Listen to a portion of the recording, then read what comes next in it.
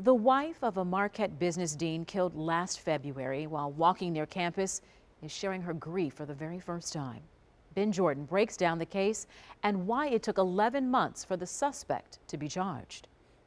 Joe Daniels touched so many lives, thousands of lives. Joe Daniels' legacy still lives on at Marquette.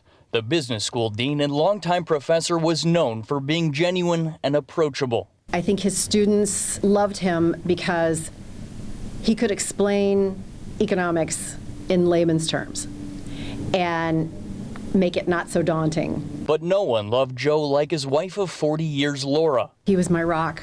He was my life partner. And as a father, his kids adored him and he adored them. Laura says they had just bought a house on a lake and were starting to envision what retirement would look like together. Those plans vanished on February 11th, 2020. There's nothing that can ever prepare you for answering your door to 3 police officers and a priest. And that was the moment my world crumbled. Officers told Laura that Joe had been struck by a car while crossing the street that night near Marquette's campus. He didn't make it. The fact is that my husband is gone.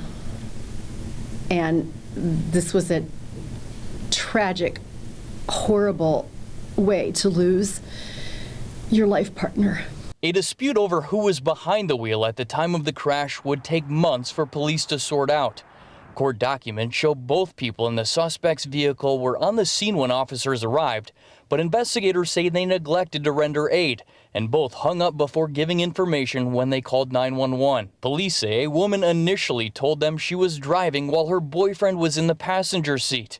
3 days later, she changed her story, saying that her boyfriend Jordan Jones was in fact driving, and told her she needed to lie because he didn't have a driver's license. Police went to the city tow lot to examine the car and found the seat was too far back for a 5'2" woman to drive. Officers confronted Jones with the new information.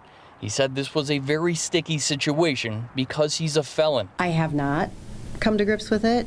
11 months later, Jones is charged with 2 felonies for Joe's death. The Milwaukee County District Attorney's Office says some of the delay was due to the investigation itself to determine the actual driver, and some of the delay was due to the necessary crime lab work needed in the case. Laura remained patient despite months of the unknown. I had a lot of faith that the truth will come out.